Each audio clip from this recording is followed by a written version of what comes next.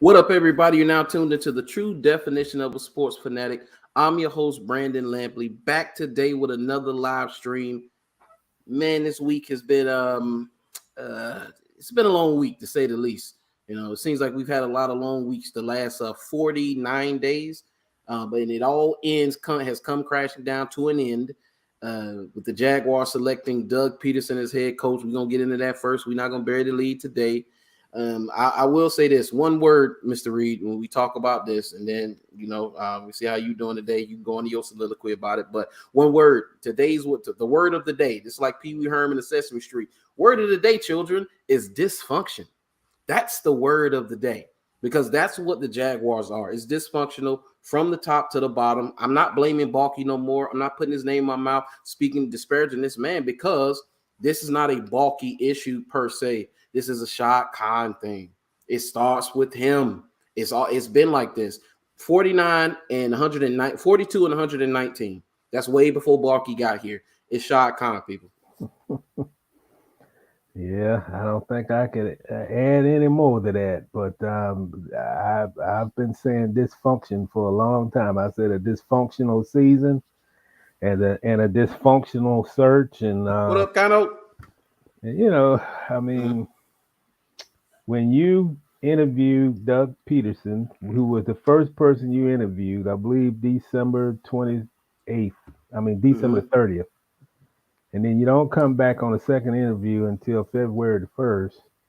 Yep. So I like to know tomorrow when they have this introduction press conference, like, well, what happened in that window? Yeah. How did the guy? I don't want to hear that. Okay, well, he was the first person interviewed, so he was always our target.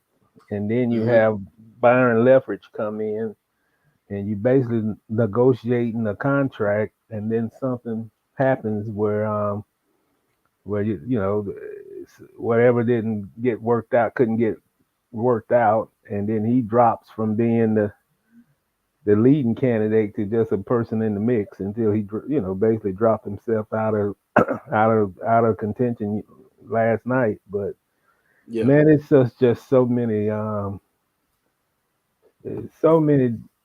I think the biggest fault is not just dysfunctional. I think the biggest problem with the Jaguars is transparency. I mean, you have to have transparency when you have conflicting reports. You have a situation where clearly, whether you state it or not, I would say 96% of the candidates that you interviewed are concerned about Trent Baalke, which is a problem. And from the looks of it, it looks like he's going to remain as general manager. But, as the non-transparent Jaguars, we probably won't know for another 3 months what will his job involve. It's just so much. This league is too much politics, man. I just feel that you're not going on a soapbox, but even going back to the Brian Flores situation, that it's just so quick when everybody try to defend themselves and so quick with a comment, but nobody is quick to fix a problem. You got one black coach in this league with over 70% of the players are black. And it just seems like nobody addresses the real problem, which is the owners. It is an exclusive club, and you got a commissioner that basically he doesn't carry any weight. I mean, he carries a big weight in the league. I mean, he's making billions for the league, but he carries no weight among those owners. And we hear all this conversation about things have to change, and in racism, you can see that it takes all of us. Yeah, it takes all of us, and you have all these marketing signs on the field, on the back of the helmets. What up, Charles? And the biggest problem is the owners. Yeah, it's the biggest issue. Yeah, I talked about it in my breakdown. I said one of our biggest issues is that The people that's doing the hiring don't look like us, man. They It's don't. what it is. And It's what it is. and another big problem is it just don't seem to be a movement by the owners, by the league to rectify this problem. That Rooney Rule is not helping. But No. but I know that's the topic of conversation now. But this should have been addressed 3 years ago. It wasn't working 3 years ago. Yeah. You can't just have rules in place and then not making any impact at all. You making basically the Rooney Rule is just basically, hey, we got to meet the quota. What's high? Let's go interview two minorities to meet the to meet the ratio and move on and do it. Yeah, it is. Yeah, somebody asked, this the same John Reid that worked the New Orleans Times? Yes, it is. Somebody know you in man. Yeah, that's what's up. Hey, guess Kano Loco right there. I went and I chatted up with him yesterday. He helped me with this stuff, man. So hopefully the YouTube side of this gets better because he just helped me today. But yeah, so he know you, man. That's what's up. Well, appreciate you, brother. I went from one bad franchise to another. Right, man. So I just the Jaguars have. I've never seen the franchise royally botch it up as much as they have, man. I have never seen this. I've seen losing before. I've seen dysfunction. You name the franchise from the Saints when they were perennial losers, the Buccaneers when they were perennial losers. The Jaguars have had in the past. They've had their issues losing. The Texans, especially early on, they've gone through it. They're going through it now, but I've never seen anything quite like this. I haven't because it doesn't look like there's going to be an end in sight to this. This just looks like this is just another chapter in this storybook of dysfunction for the franchise. Well, this franchise has to stop worrying about the image. I think they're image conscious, public perception, but don't understand. You can't improve your image until you change your culture. Yeah, and you can't. It's almost like I'm worried about my book, but I'm only worried about the cover. But I'm not worried about the words or the pages inside the book. Yeah. And I think right now I say this. I mean, you bringing in, all the momentum to be shifted now. You gotta, I'm hearing it all day that you have a Super Bowl winning coach who, hoisted the Lombardi. Hollywood. But man, he has a big job ahead, and yeah, I hope that be the message that we. I mean, you talk about a franchise that went 4-29 over the last 2 years. I mean, you know what's amazing to me. I'm kind of rambling, but it is what it is, man. I know what you mean. I don't know for the life of me. I just say this stood out. I done said it on Twitter and I say it on your show, man. It just stood out to me to watch on the field for those two practices at the Senior Bowl and see the head coach, basically the only head coach on the field in the rain, other than the Detroit line staff and the other coaching staff that was coaching these college prospects.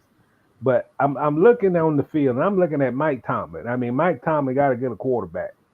He's standing not maybe 5 feet from the quarterback I think he's at Liberty and pretty good prospect. Mm-hmm. And then he's watching the linemen. Man, it's a torrential downpour out there. He has no jacket on.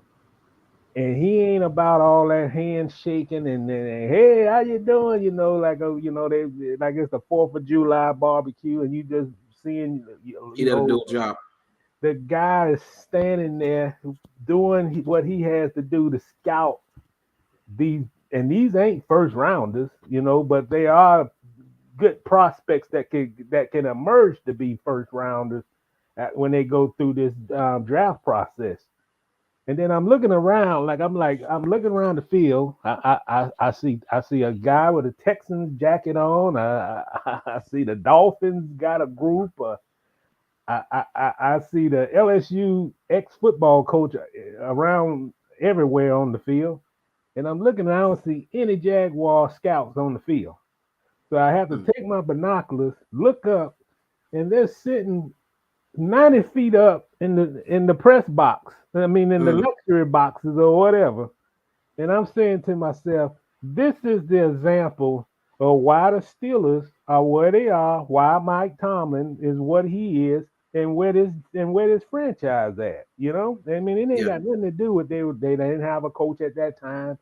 Trent Baalke wasn't at the Senior Bowl, but it's, to me, is just the perfect picture of what that it takes to win and what you don't want to do to basically a losing franchise. This is what happens, you know? Yeah. This is what happens, man. Pastor Palmer, he said we need some bad boy players. We only get church boy players. Yeah, we need some dudes that eat meat with their hands. You need dogs. You know, I always preach that about dogs. You always need dogs because you rather we talked about this, about the 2017 defense and how they used to get penalties. They yapped a lot. They talked. I said, you know, people had an issue with that. And I was like, you shouldn't have an issue with that. I said, because you'd rather get your dog, try to get your dog to stop biting than to have to try to teach him to bite.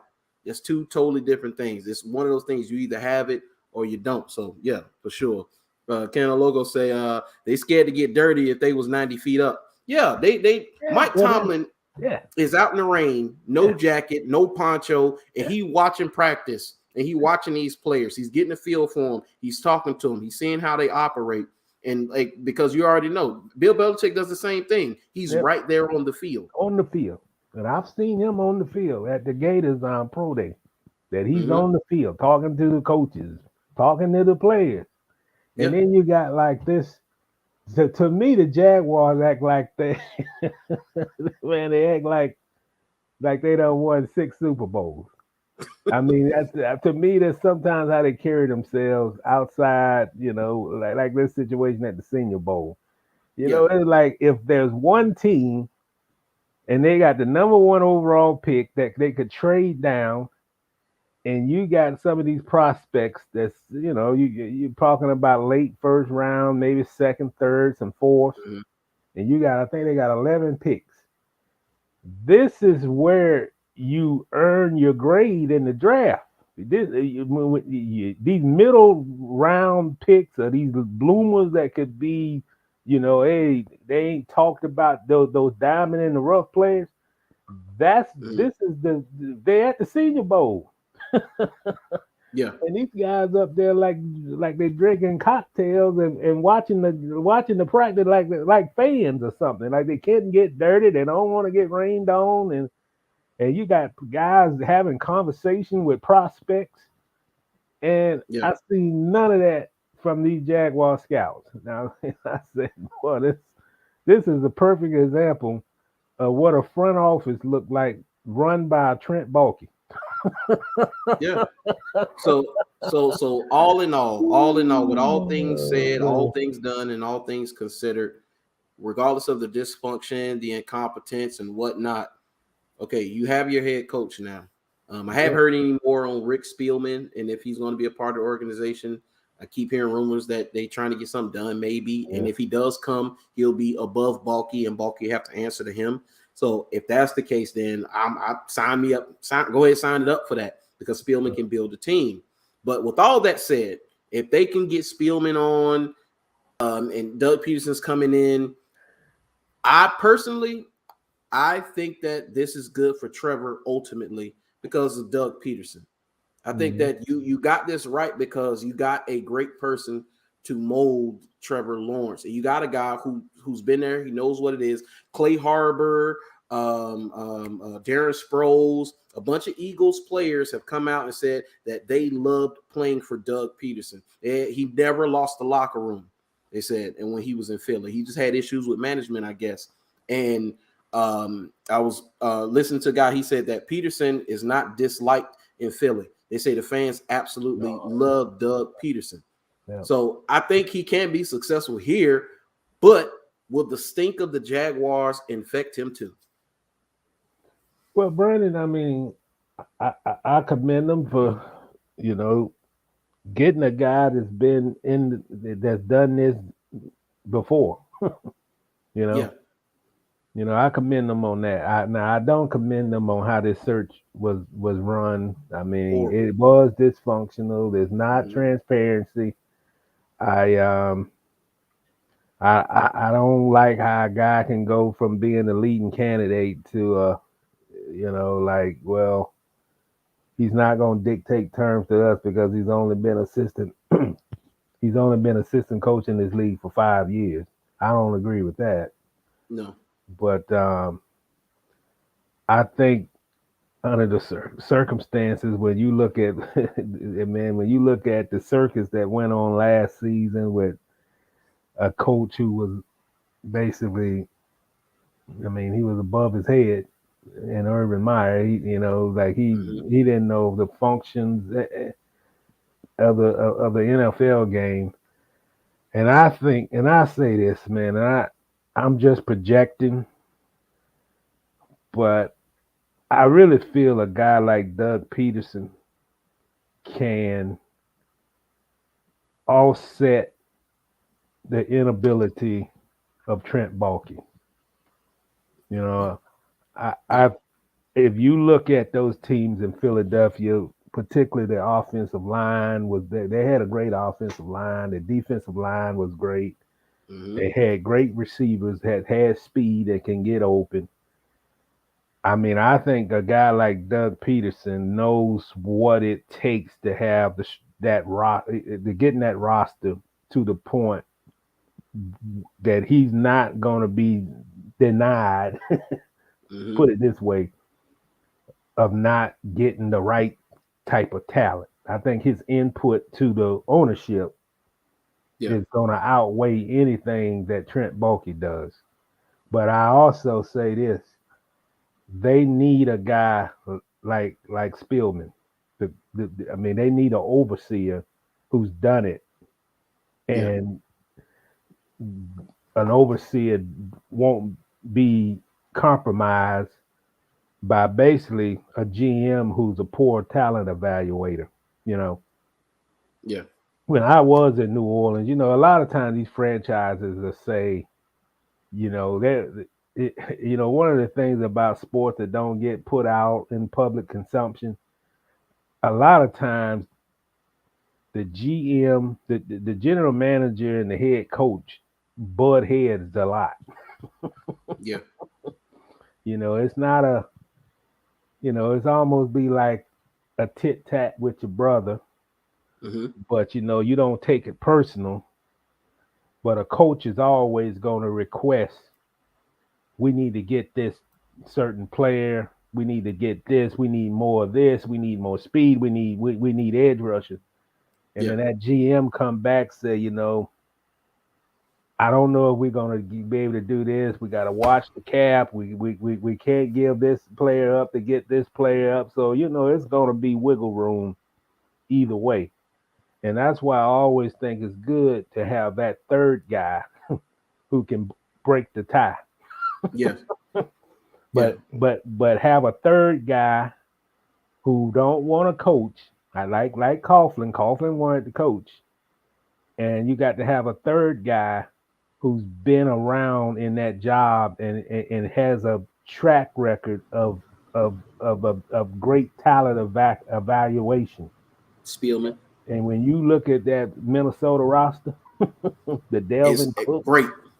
The Jeffersons, mm-hmm. good defensive linemen. Mm-hmm. Man, he knows what he's doing. Put it that way. Yes, he does. And that's what this franchise needs. They don't need no incompetency. They need a guy who knows how to hit home runs. And if he hit a couple of singles, at least they still getting on base. Right. Because I think the biggest problem in this franchise has been, when you look at Dave Caldwell, poor evaluator, not willing to stick with mistakes instead of fixing them, you know.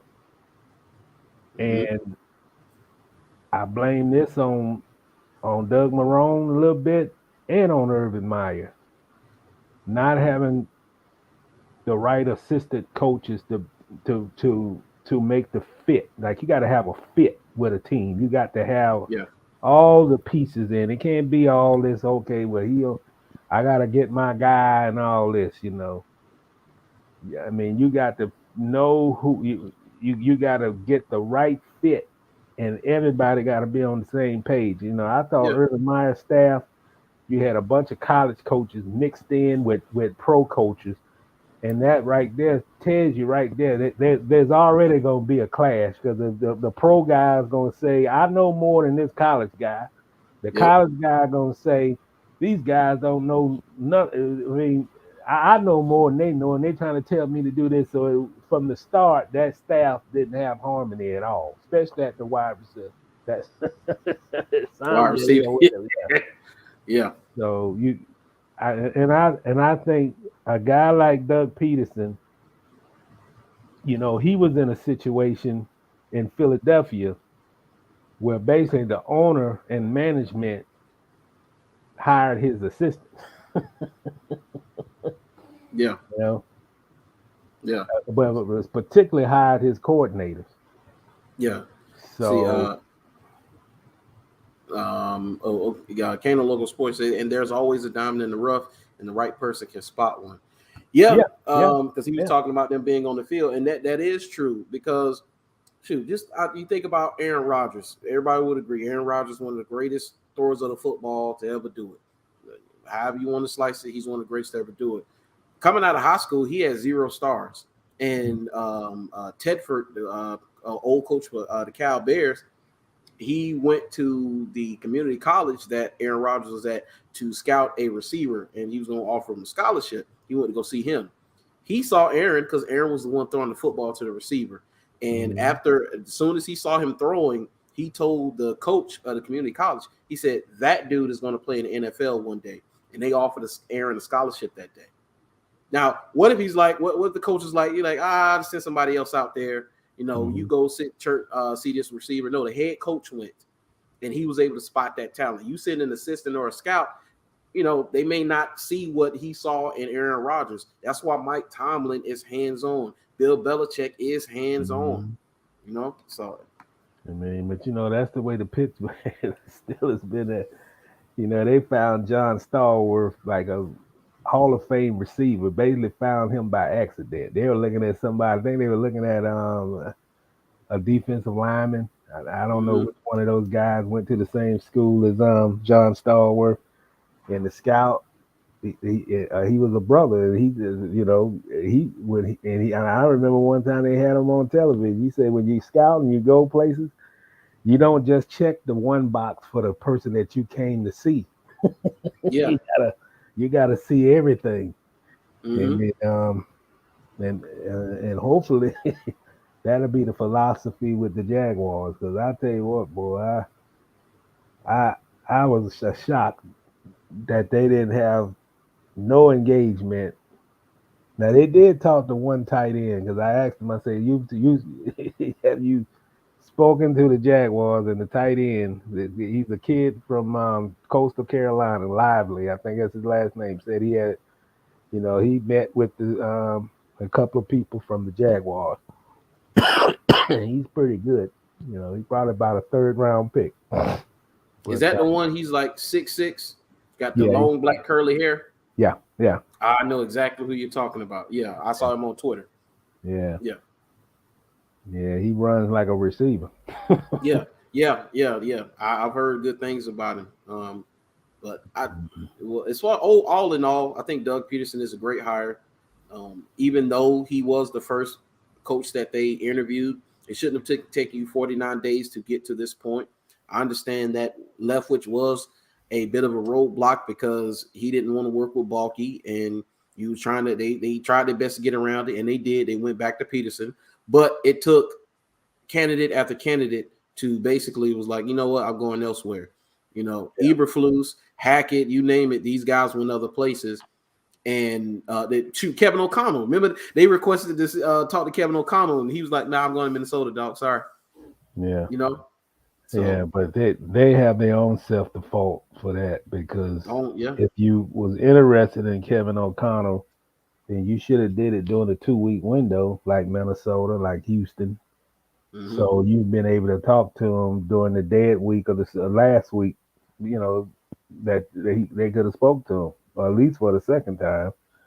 But this is why I say, man, I I just feel a lot of this search, and I think they got a good guy. I mean, me and Doug Peterson, we went to the same college, Northeast Louisiana University. I mean, I would say that they lucked out in some aspects. That they have a proven coach, but I just think that I don't think they handled the Byron Leftwich situation correctly. I don't think this search was done correctly. I think that you got an owner who's too loyal to a Trent Baalke, who essentially is a liability. Yeah. And when you have lost as many games as this franchise, you have to. I mean, you got to cut the cancer. You know, you got to. You can't just. I mean, you just. There's no more. I'm gonna do it my way. You know, that's almost like a kid concept. You know, like you immature, and your parents not gonna tell you what to do. You're gonna do it anyway. So you got to experience life on your own terms. Yeah. And I think a lot of this is like Shad Khan is a guy like, I'm gonna do it my way. Now he might get 100 different advice, may be coming from all directions. Yeah. That you gotta. I mean, this is hurting our search. You know, he's a detriment. You know, it's like we're losing good candidates because they don't want to work for this guy. And then just to have, you know, it's almost like he gonna walk into this press conference tomorrow with the tie and the suit on, and he don't have to say the words, but he's gonna his imprint gonna be, I did it my way, and I still got our guy. You know, and if you feel that way, that's fine. But you know, the proof of the pudding is, you know, even though you got a good coach, even though you probably lucked out in getting him, you know, you're not going to win alone by having Doug Peterson as your head coach. Right. Yeah. You know, and that's the hardest thing about sports, man. Sports is not just about the best coach or the best wide receiver or the best offensive coordinator. Everything's got to be hand in hand. It's got to be a culture of winning. It's got to everybody got to be on the same plane, you know.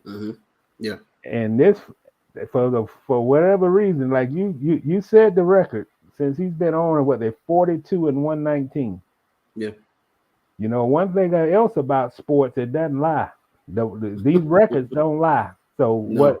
He can say 100 times that he's doing the best job he can and he's spending the money, but the proof of the pudding is that all that he's invested, all those, I mean, I done lost count of how many coaches he done. Now they done had 3 different coaches for the last 3 seasons. Yep. And what he got to show for it? They're 42 and 119. They're 4 and 29 over the last 2 seasons. So he has to change. It ain't just hiring a new coach and hoping that he can develop Trevor Lawrence and they can go out and get finally spend some money and don't have the Trent Baalke talking about they're looking for value when they're coming off a 1-15 season. And maybe they could, you know, like Spielman is a guy that, you know, if the first round pick is not going to help him, then he's a guy that's going to trade down to get more talent, you know, not just one edge rusher. He might get two edge rushers by trading down and get a receiver and whatever else in the second through the third rounds. You know, for the sake of the roster rebuild, you have to add talent just to have one great talent. You got to have about 6 great talents. So it's, and I still think this whole situation is fluid, because I say this here. This is my prediction. If they hire Spielman and he comes to Jacksonville and he has to answer to Trent Baalke, then I feel they're in no better situation than they were last season. Yeah. He's only they're not going to win with bad talent evaluation. Yeah, he's only the chef, and you expecting Trent Baalke to go get the ingredients to cook. Yeah, and that can be a problem. That can derail the whole thing, man. Well, that's like cooking a TV dinner and you putting it in the microwave. That's the easy way. That don't work. That we know it don't work. Don't work. You put that tin-foil pan in the microwave, it ain't gonna cook the food. It's gonna catch fire. Right. It's gonna get hot, but it's gonna burn. It's gonna burn up the food and may burn up your house and your kitchen. So you gotta cut the cancer out, man. Yeah, I said this after they fired Doug Marrone. I said that you need to clear it all. No holdovers. Oh, yeah. Every year there's been a holdover. You gotta cut ties with all of it. You gotta cut it out. You gotta wash it out. This thing about rugs, it's like you can never get the dirt out of the rug. You got to take it out. You got to beat it. You got to wash it, let it dry, beat it again, wash it, let it dry. I mean, you got to really put in the work. You got to, like you say, you got to cut the cancer out, or it's going to spread. Yeah. And losing is infectious, man. Just like winning. Winning is infectious, but losing just oozes in every nook and cranny, and it's in everything that you do when you're a losing organization. Everything about it. You know, I don't like the Cowboys, but I'll just give you an example. The one thing I do like about Jerry Jones' football team could be 7-9, 8 and whatever, and he ain't gonna sit still and say, "Okay, this is acceptable." Dude, after that loss, I'm kind of surprised McCarthy didn't get fired, because he was pissed. Yeah, he was. Jerry Jones was pissed after that playoff loss. But I guarantee you, if it happens again, oh yeah, McCarthy's got a head coach in waiting with Sean Payton, and he said he viewed Dan Quinn as a head coach too. So he likes Dan Quinn. So you got 2 guys already in the chamber. He ready to go. But that's how you need to do it. When it doesn't work, cut ties and let it go. Yeah. There's no loyalty in football. I mean, not in NFL football. There's no loyalty.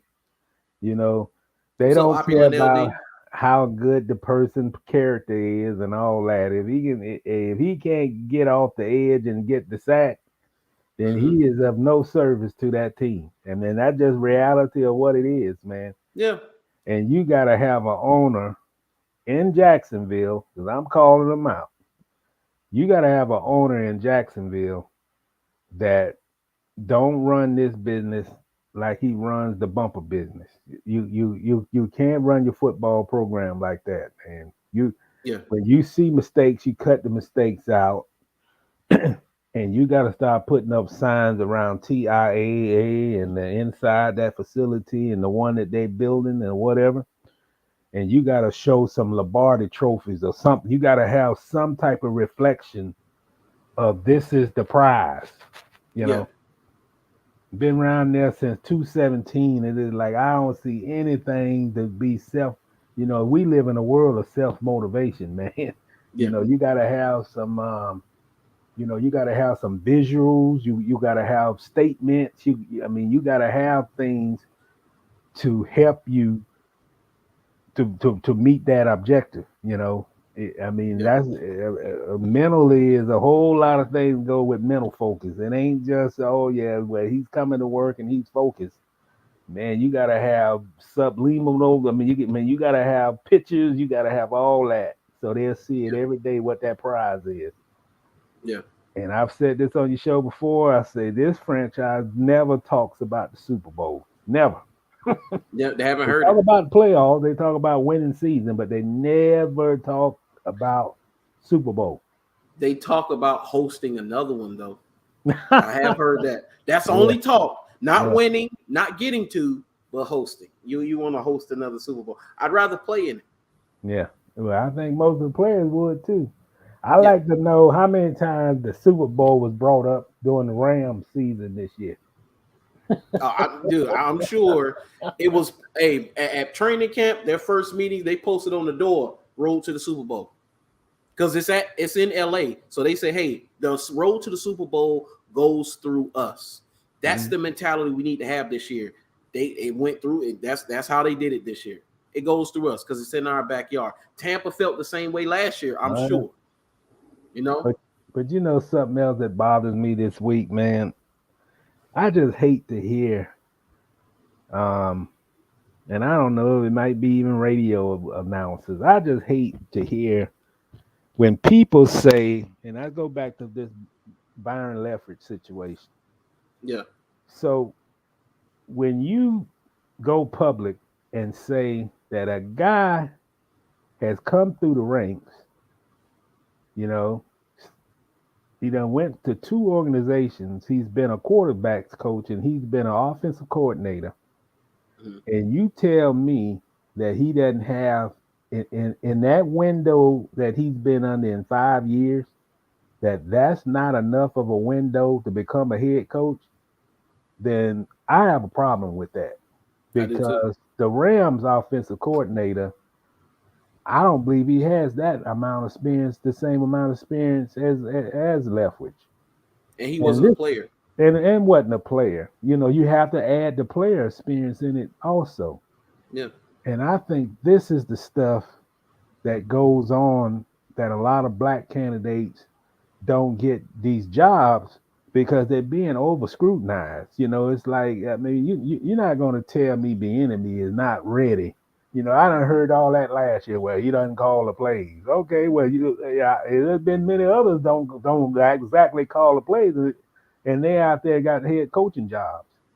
Pete Prisco, I don't agree with everything he says, but Pete Prisco said it. He said head coaching is more than calling plays. He said people fall in love with the coordinators because they call in plays. He said it's more to it than that. It's much more to it than just calling some plays. You have to run an organization. Yeah. You know? Well, you know why Urban Meyer didn't work in Jacksonville? I know about the not flying back with the team and the videos. Yeah. But Urban Meyer was not a leader of men in the NFL. He might have was a leader of the college players in the Ohio States and Florida. Yep. But he was not a leader of men. His whole coaching status changed from that incident in Ohio. You know, you can't slap a player on the hands. You know, you can't like discipline a player when you done went out and did something like 10 times worse than he did. Yes. And if you can't earn the respect of the locker room for a head coach, then you're not gonna be able to lead them to wins. They gonna quit on you, or you're not gonna get the max. They're gonna tune you out. You know. Yeah, it's true. And that's what happens. Even coaches done said it, man. And, you know, I see a guy like Monty Williams. You know, this is not in the NFL, NBA. I see a guy like Monty Williams. Monty Williams, when he first came up in the league, he was too tough. You know, it's you know, you can't call play sets. The difference now, he understands that Chris Paul doesn't need a coach from the sideline calling the plays all the time. I mean, you know, he don't need he didn't need it when he was in New Orleans. He don't need you to call every play. And he had to lose a job, become an assistant, and realize I was too. It was more about me than it was about coaching. I had to coach like I had to be the tough guy. Mm-hmm. And why you be a tough guy? You want to be a tough guy because you want to get the respect of the players. You want to show that, hey, it stops here with me. And it's just, and I think the same thing go on with the NFL. You have to. I think so too. Get the respect of the players, and I think Coughlin. Huh? Remember Coughlin? Coughlin, same thing. Coughlin was too hard. And the stars for the Giants went to the they had a players only meeting, and they was basically like, yo, this got to change. He has to change. And it wasn't until he changed that they won championships. Yeah. And it's 10 times different now. I mean, that was the 90s players. Now these players here, you get this done, run this, dude. Gen Z is another beast, man. Gen Z. Hey, I was telling my trainer today. I said people are getting upset, and we're gonna go into we're gonna go ahead and get into Brian Flores. Let me get these comments, and then we're gonna get into a little bit of Brian Flores. You say, yeah, like Urban said, you got to take some pride when you see that Jaguars logo. Come on, Josh. Come on with that, man. Come on. He also said you gotta own it. Right, you gotta own it. You say opulent LD. He say, sub, bro. Kano brought me here. Hey, man, salute, man. I appreciate it, man. I appreciate it. Hey, like, share, subscribe, man. I appreciate all the help. Hey, if anybody who's following me, listening, if you have a channel and you're doing content, put the link in, put it on my YouTube, whatever. I'm a sub to you, sub back. That's how we help each other grow, man. So anybody got a channel, any content, put it out here. I'm gonna like it and I'm gonna subscribe, man. Let's see. Not to mention, Byron also spent time as a player under Tomlin, along with coaching under Arians. Right. Yeah. This is true. This is true.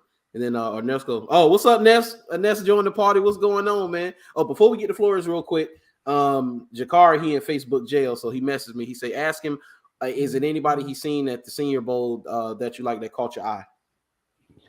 Well, I like the. I think the whole draft, the strengths are the offensive line. They got and the defensive linemen. I like the running back at Florida. I can't think of his name, but boy, I watched it.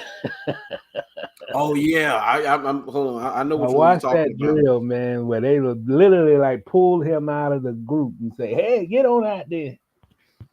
And he stood that linebacker up there. I can't think of his name, but he looks good, man.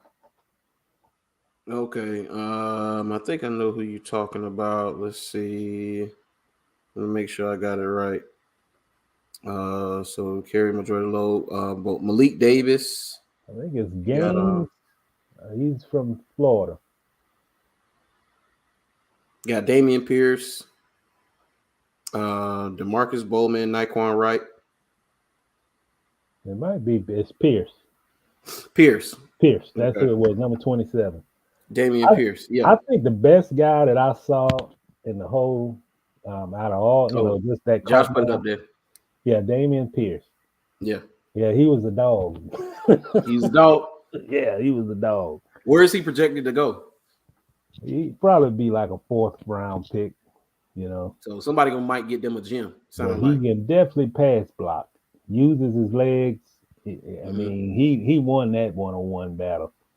They got a wide receiver from South Alabama. His name's Tolbert. I don't know his first name, but he looks to be the real deal. I don't know what he's projected, but he looks like a late 1st round pick.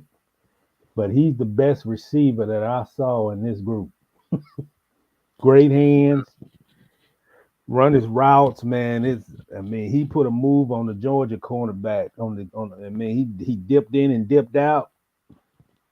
Was it N'Kobe Dean? He did it too? I think that's who he did it to. N'Kobe Dean. Yep. Yeah, he came inside and then went out, and that was it. He had to run and catch up on him while he was downfield and just snagged it in. You say, did the Sandalwood Jaguars hire a new coach? From I just heard. Dog, come on, man. Come on, man. No, Kassan called and say, did the Sandalwood Jaguars hire new coach? You know, it's funny. Hey, Kassan, I used to coach for Sandalwood, and I was going to bring Sandalwood up earlier and talk about the dysfunction that I faced when I was there. I was there for 1 year. And Sandalwood, and I won't talk about the coach and whatever. I won't speak his name, none of that. But I'm going to speak my experience because I had awful experience that 1 year there. The only thing that I loved about being there was the players. I love those kids. I still talk to some of them today. Those are my boys. But being there was very dysfunctional. When I got there, I remember I got there. My buddy Eric Sampson, shout out to Eric Sampson. He's a DC at Ed White now. He brought me on, and he was like, I was there 3 days. At the third day, I came to him and I said, Eric, I understand why Sandalwood has not won a state title. And he said, go and tell me, bro. I already know what it is. Go ahead and tell me. I said, it's the head coach. It's the head coach. It's obvious. I was there 3 days and I saw it. I say, I was wondering, I said, how could Sandalwood, who has had NFL talent has come through Sandalwood and they haven't won a thing. Haven't won anything. And I was like, it's the head coach, man. It's the coach. Just like the Jaguars. Same thing. It's the owner. It's the owner, man. It is what it is. Hey, Ness, I forgot Ness went to Sandalwood. He said, yo, leave my alma mater alone. When I played football at the Wood, we were monsters. Man, Nesco, that was back when Moses parted the Red Sea, man. You got to let that go. Yeah, what year was that, man? What year was that? Yeah, what year was that? They came to our place, man, and beat us like luckily. They beat us by luck. I think we lost like 12-6 or something. Crazy. 92. He said he was there 92. 92. Yeah.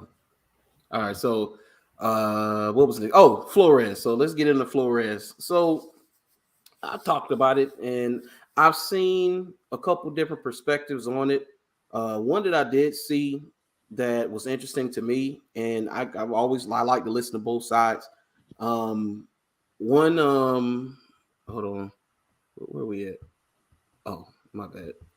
I got to go back down to the bottom. One of the things, actually, not 90 to 92. Okay, yeah, so that was the years. One of the things I seen was the people who were saying that he probably shouldn't have done what he did, and the reasoning behind it is that now it's going to make it harder for them to bring black coaches in now because we're going to say, hey, are we getting another Brian Flores? Somebody who's going to expose the secrets and how things go. Because I understand that once you get into certain industries and you see how it works, and, it's kind of like the go along to get along. Because Brian Flores is not the first African-American head coach, black head coach. I think he's Honduran. He's from Honduras, but he's considered, when he get pulled over, they're going to call him black. Just call it what it is. Yeah, he be driving wild black. If he's driving wild black. Nassau. DWB. Yeah. Mm-hmm. Shoot, get caught out there in Middleburg or something. Yeah, DWB. Don't make any difference. don't make no difference. So, from what I saw, they was like kind of like to go along to get along, and he say, okay, you're bringing them down, but now you may kill it for everybody else by bringing the NFL down. And he kind of like just, basically be quiet, go along to get along. You had your shot. Don't say nothing. Man. I don't agree with it either. I don't. I'm a history buff, and it used to be a bad situation back in the 40s and 50s of the porters on the trains. They were, they were porters. Like they would do all the different things on the trains. Yeah. But, when they tried to create a union, man, they took a brunt. If you was standing outside the door and union talks, then you would lose your job just by being associated from that. Yeah. But eventually, they stuck with it. They exposed all the problems that they were experiencing, and all the racism. And the only way they could combat it, they united into a union. That's the only way they got protection, you know. And a lot of things back then I think even with this, I don't want to go too much in history, but anything that fosters change, you have to you have to have somebody to stand up. You got to have somebody to expose it. You got to have somebody willing to take the chance. Because if you fall in line and you just say, "Oh, I don't want to make it bad for the others," and you stay unified but neutral, then man, you're almost talking about if you won't change, it might double or triple the amount of time that it would take to change it.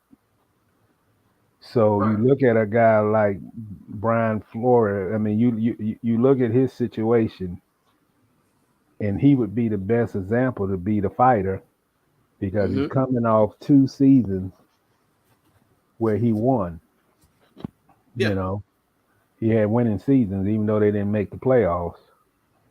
And you look at the situation in Miami, and I still say this. I mean, out of all the coaches got fired, I was most shocked by his firing. I think even though they went on a 7-game losing streak early in the season and lost to the Jaguars, of course, in London. I mean, for him to turn that team around, just think that team was about as bad during a stretch of the season as bad as the Jaguars were. Yeah, they were. And to have him to come in and change that, and they won. Well, they lost 7 and they won 7. And I believe they beat New England. Did they beat New England? I think they beat New England twice. Yeah, they won 8 straight. They went 8-1 after going 1-7. 8-1, yeah. And you can't. This is about exposure. So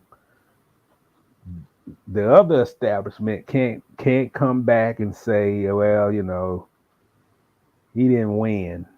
When you have why would we want to hire a losing coach? Which they're still saying. But here's a guy that turned that around. And another thing that always get thrown around is that we're angry. We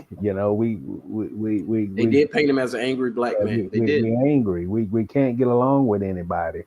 And when you there's another saying that if you confident in your abilities and you're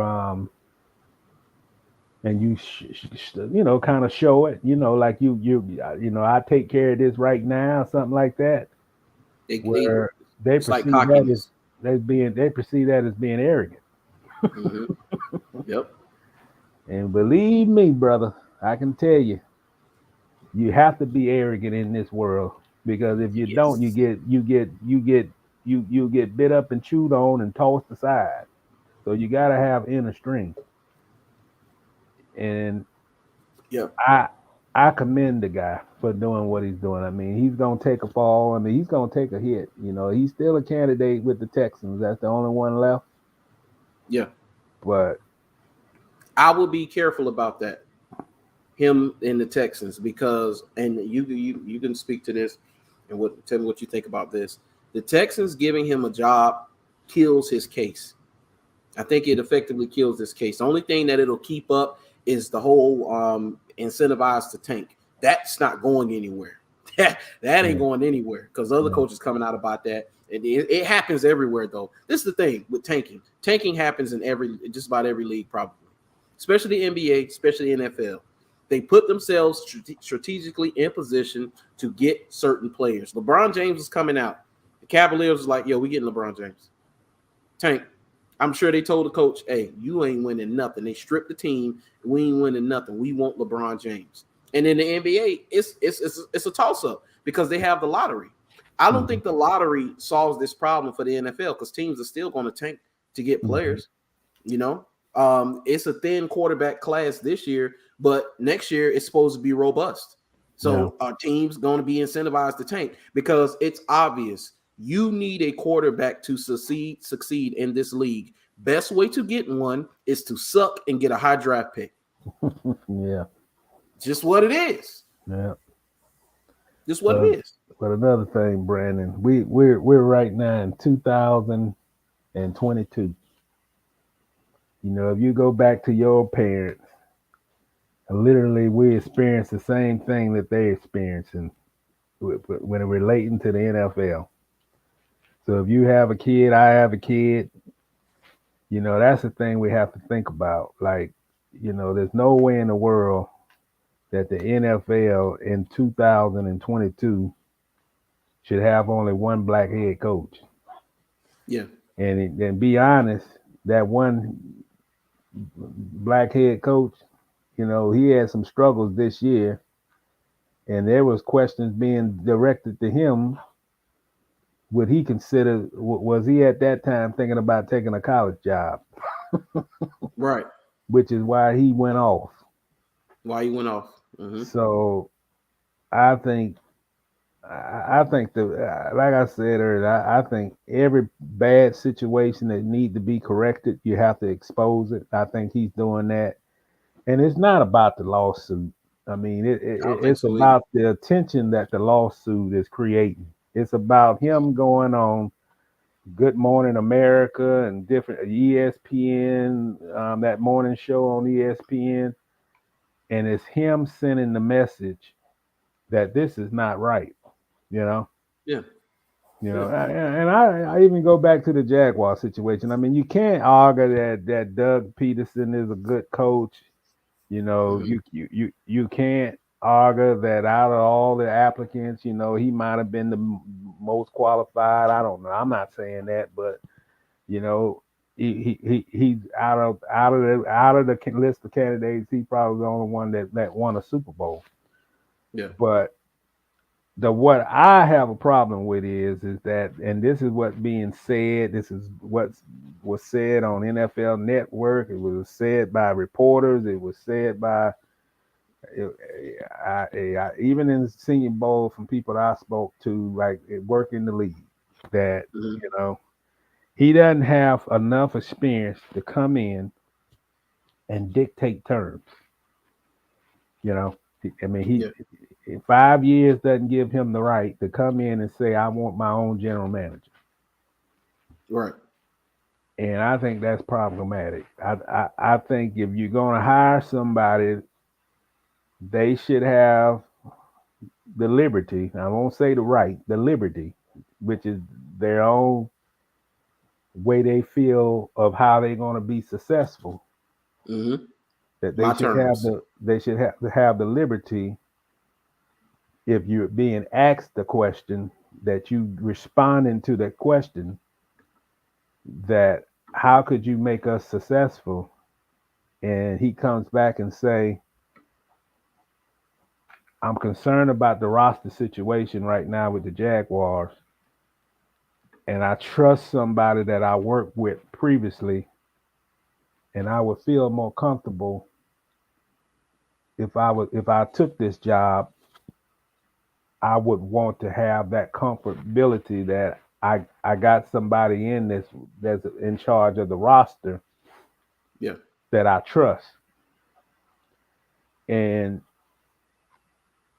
the Jaguars can't take that the wrong way, because everything is built upon, in the NFL is built upon performance. I mean, there's no other way. You can't come in the NFL if you haven't produced in college. You can't be a receiver if you don't meet the measurables, basically. So when you look at just look at their roster. I mean, look at the Jaguars roster. You know, I mean, let's be clear. You got a first round pick that was a cornerback that didn't even last 2 seasons. I'm talking about C.J. Henderson. Yeah. You drafted Caleb Von Chason with a first round pick that you got in the Jalen Ramsey trade, and it hadn't worked out. Mm-hmm. You literally cut Leonard Fournette and got nothing. Got nothing. Yeah. And look what he's done. Yeah. Mm-hmm. And it's not Bulky. You can't blame Bulky for that. But he did work with Caldwell, so his hands is in those situations. They went 1-15, so his hands is on that situation. And then you coming back, James Jordan. You literally didn't play him at all, but you moved 9 spots up in the draft to draft him from UAB. So if you moved up 9 spots and he went to UAB and he couldn't get on the field, then why did you move up 9 spots to draft him when you knew if he was a developmental player? You probably could have got him 9 spots down. Yes. Or got a similar player with the similar talent skills that you didn't have to move up 9 spots to get, and then he played like about 5 snaps the whole year. And then you you go out and you draft guys that's been injured or hadn't played for 2 seasons, and the stuff doesn't go away, man. I mean, that's like your resume. My resume, your resume, it stays with you, Yes. Whatever mistake you make and whatever success you have, it don't go away. Yeah. And that's part of the trend. It ain't the fans crying, like, man, we got to get this guy out of here. It's like proven NFL players, proven NFL personnel people. Yeah. And this tells you all you need to know. When he lost his job with San Francisco in 2016, no team offered him a position out of all 31 teams. No one offered him director of personnel or the head of the scouting or even a scouting job. He lucked up and he got a job with the NFL, but it was like a job that nobody would know that he worked it. Yeah. And then the only team that gave him an offer was this one, the Jaguars. So I don't fault a guy. You take these jobs to be successful. You don't take the job just to have it. I think you have to have the responsibility to say to anybody that's offering you the head coaching job, I want to put myself in the best position I can put myself in to be successful. Yeah. And if they back you, then that's the right fit. If they're not backing you, then you're not the right fit. And and I think that's how it turned out to be. Yeah, true. So let's get this. Josh Stewart basically said what you say. He said, y'all completely disagree with the idiots on 1010 saying that Byron shouldn't have asked for Adrian Wilson because he'd be a first-time head coach. Screw that. There's no guarantee you'll get a second chance. I don't blame him at all for wanting someone he's familiar with. Thank you, Josh Stewart. Thank you. Yeah, well, I want it on my terms because I'm trying to succeed. He's trying to set the Jaguars up for success 10, 20, 30 years from now. He's trying to put something in place. The Steelers put something in place 20, 30, 40 years ago, and it's still in place today. That's how you do it. They set a foundation. And you know what he said there about Michael Robinson went off on Balky. When you got this amount of people inside the league, this ain't fans. This is people in the league. And believe me, people in the league, whether they former players, GMs, the current GMs, the retired GMs, they all talk. When they gather together, like they're in Vegas right now, they chit-chatting. And when you get, you can't have a GM. I mean, I read some of the stuff that happened in San Francisco. You can't have a GM circumventing and undercutting a guy in an organization that you guys are playing for one emblem. You playing for that 49ers emblem. And you can't have one guy down the hall circumventing and undercutting the coach. And that's not going to get out. It's particularly a guy like Harbaugh who, Harbaugh is a popular guy. You can't. Yeah. You don't think that's going to get out? Yep. Sabotage Harbaugh. You can't have power struggles. You know, you can't. You can have power struggles, but you don't like. Okay, you don't have a power struggle where, hey, can you give me an evaluation of coach, and then you throw mud on them. Right. Pastor Palmer, I forgot. He said this. He says the dude still in the NFL that went to Sandalwood. Yeah, he is. He's with the Texans. Talking about DeMarcus Walker. Matter of fact, when he worked out for the Jaguars, and that was the year that I was coaching there, and we was at practice one day, and he showed up. They pulled the dummies out. They set it up. The scouts were there. He did his drills. They talked to him, took pictures, whatever with him. He talked to some of the players. Cool guy. I remember that like it was yesterday. But seeing him in person, not as tall as I thought he was, but he was wide. I'm talking about his thighs were like your midsection. They were huge, man. But yeah, he's still in the league. But I say this, I was talking about this too, that Brian Flores he represents what was already going to happen to the NFL. Because it's Flores now. This could have been anybody, because he's not the only person that this happened to. I was telling some people, I said that, think about it, they always talk about millennials, and I'm a millennial. He's an older millennial. He's I think 41 is cut off. He's 40.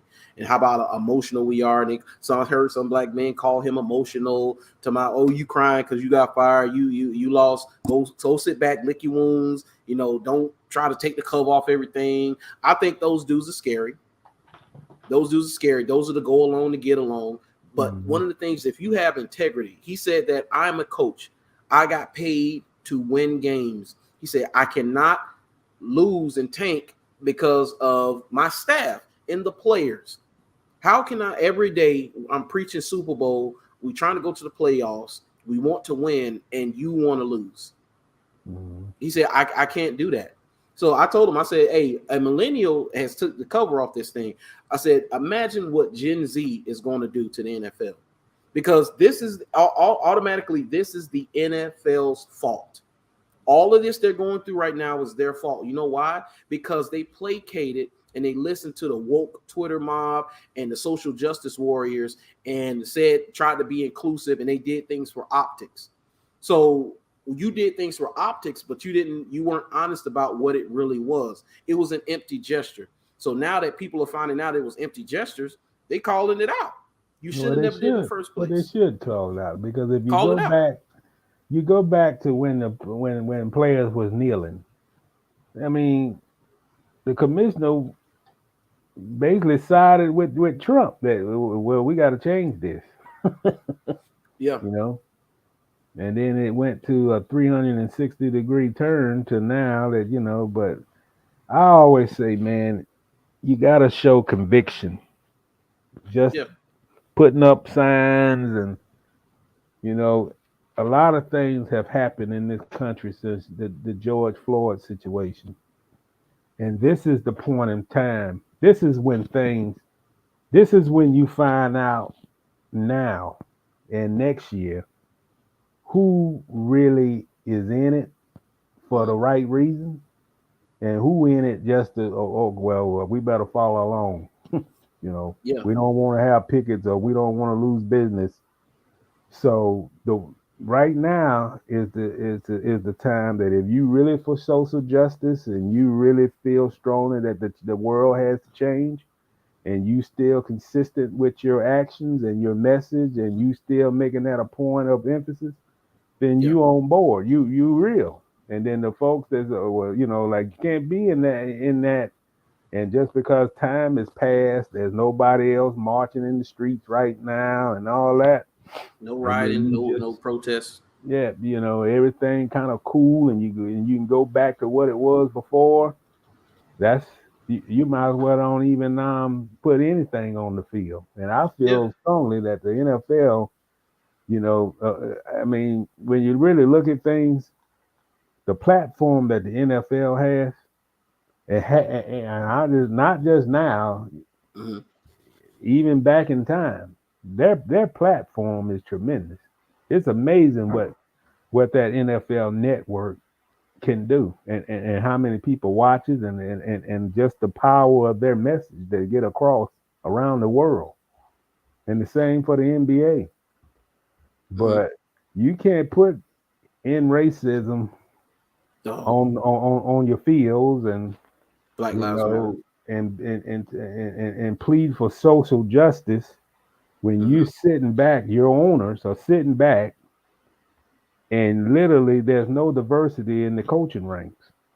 I mean, that's like condescending. There's no way in the world with 70% black players that there should be. They only have one black head coach, and you fired one. I feel unjust. I mean, his record didn't show he should have been fired. Now you gonna say about his attitude, and you know that's almost like and his issues with Tua supposedly. Yeah, it's like that's almost me saying, okay, so they would have made the playoffs. That wouldn't have been an issue. Right. Let's see. He say Josh Stewart say Hugh Jackson coming out now too. Yeah, Hugh Jackson talking about 2016 where they tried to get him. They was paying him to tank. See, I applaud Flores for his courage and sacrifices. People like Brian Flores that made it possible for African Americans to eat anywhere and vote, use bathrooms anywhere. Today, this is why we march. As African Americans, our struggle in America will forever be before us. So must the soldiers.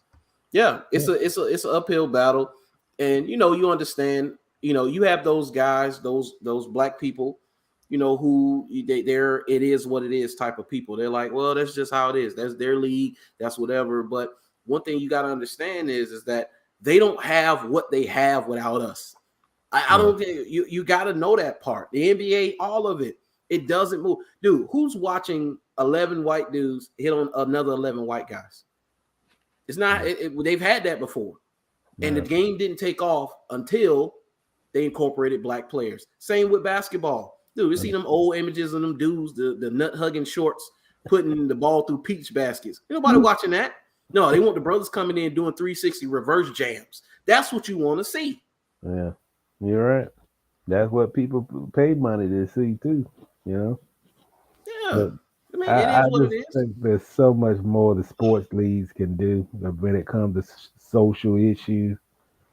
In this country also, man, and the sport, boxing used to be a sport where it was just, you had a charisma boxing champion who could just impact people just by, like a Muhammad Ali, and you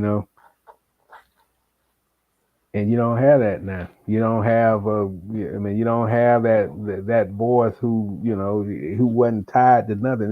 The one great thing about boxing, they didn't have the answer to it. Like Muhammad Ali didn't have to answer to the NFL. Yeah, he could speak his mind. But speaking of Ali, I saw it before we get to Tom Brady. Who did say? Yeah, I miss Tiger in golf too. Oh yeah, you miss Tiger in golf. Yeah, I'm sure their viewership has went down since Tiger's not playing. Nobody's really interested in golf like that. Tiger took golf to another level. None of those, anybody that has anything to do with the PGA need to be thanking Tiger Woods for the popularity he brought to the sport of golf. Changed the face of it. Michael Jordan changed the face of the NBA.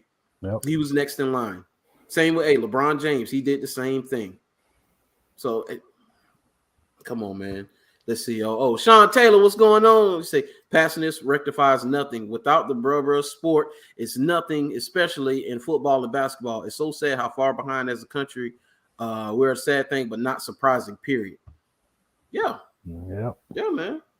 So I was going before we got into Tom Brady. I can't remember his name, but I seen a video of Muhammad Ali, man, and he's absolutely harassing the guy to fight him. I can't. Anybody? Hey, put it in the chat if you remember who that was. Who he harassed him. He went to his house on his bus, had a microphone, a bullhorn outside, say, "You got to fight me. You a coward. You this." And follow the man around. I've never seen that before. It's old footage. Joe Frazier, was it? Was it Joe Frazier? Somebody know. Put it in the chat, y'all. But it's a video. You go look for this video. I saw it on Twitter, and he's got the megaphone out the bus, talking trash to my. You'll never fight. You got to fight me. And so Sonny Liston. So Sean Taylor said it was Sonny Liston. Oh, the fight. Yeah. The first time. Or Joe Frazier. Yeah. So matter of fact, let me see. Let's see Joe Frazier. So Joe Frazier, he's at a gambling spot and he's shooting dice. And Muhammad Ali is standing behind him while he's shooting dice, yelling at the top of his lungs about fighting him. Yeah, I think that was Sonny Liston because I don't that think was Sonny Liston. Yeah, I think so. Sonny was a heavyweight champion. Muhammad Ali was like a 23-year-old. I think he was the number one contender, but he wouldn't fight him. You know, he had to plow him in the. He had to embarrass him to fight him. Yeah. So he's yelling at him while he's shooting the dice, and he pulls out a gun and shoots in his direction. Yeah. And then everybody's like, oh my God. And dude, Muhammad Ali ran a 4-3 out the door. Dude ran a 4-3 out the door. Ran. I'm sure he had to check his drawers after that because that was ridiculous. And so right after he shot the gun after him, everybody looking at him, he pulled his coat open and he shot into the coat to show it was blanks. Oh, the God. Yeah, boy, Sonny Liston was a beast. What up? Yeah, until for sure. Until he met with you know, it was another thing about Ali, man. He fought a guy in Houston, Texas, and I can't think of his name, but they said this is like the greatest fight Ali ever had because the guy kept calling him Cassius. He wouldn't call him Muhammad Ali. So through the whole fight, he's telling the guy, "What's my name?" And the guy's still saying Cassius. What's my name? Right. Man, he beat the guy to a pulp, man. You know, I bet he called him Muhammad now. Let's see. Nesco said, this is millennial slavery on the highest level. Just thinking slaves we always outnumbered the slave masters, but we never as a race came together to revolt. Why? Because most of us felt it was okay, while the least of us knew more and better was out there. The NFL is 73% black. Imagine the power if we united. Yeah, and all you need is the top guys. The top guys, especially if you can get guys like Lamar Jackson on board and say, you know, enough is enough. That's the only way this changes. The players have to mobilize because the coaching thing, the league can throw money at that and institute a new program and do things for optics, and it's not a real thing. They can do that again, and time will pass. They got the Super Bowl coming up, so this stuff is going to take a backseat to the Super Bowl. Time will pass, and that'll be it. But if the players mobilize, it's going to bring real change. Oh yeah, and you got to put pressure. I mean, you have to put pressure on the owners, man. You have to. I mean, just like Brian, what he's doing, they got to be exposed. You know, it's like, man, you can't settle. You know, when everybody watches this game, you know, black, white, Indian, you know, it don't matter. It's a diverse audience. And it's supposed to be a diverse league, which means it needs to be diversified. It has to be. I mean, one of the most important things in this country is diversity. You know, if you don't have a diverse society in where we live at right now, then you have nothing. You know, you can't be a reporter if you don't know you can't, if you don't live in the neighborhood, how you gonna know it? Yeah. You know, how you gonna speak to people that in that neighborhood that they don't look like you and expect to get anything, you know? Yep. So the NFL has to make some changes, man, because that's ridiculous. Yeah, they do. So okay, no longer, he say he's still here, you pulling double duty. I appreciate that, man. Josh Stewart say you see the Harden for Simmons rumors. Ben Simmons. I have seen that. Matter of fact, you want to talk about tampering? Brian Flores says that Stephen Ross tried to get him to tamper with a prominent quarterback that they met with in 2020 on Ross's yacht. He said that he showed up to the yacht and he said the quarterback was there and he wanted to meet with him. He told Flores to meet with him, and Flores declined. He said, no, I'm not going to do that because that's tampering.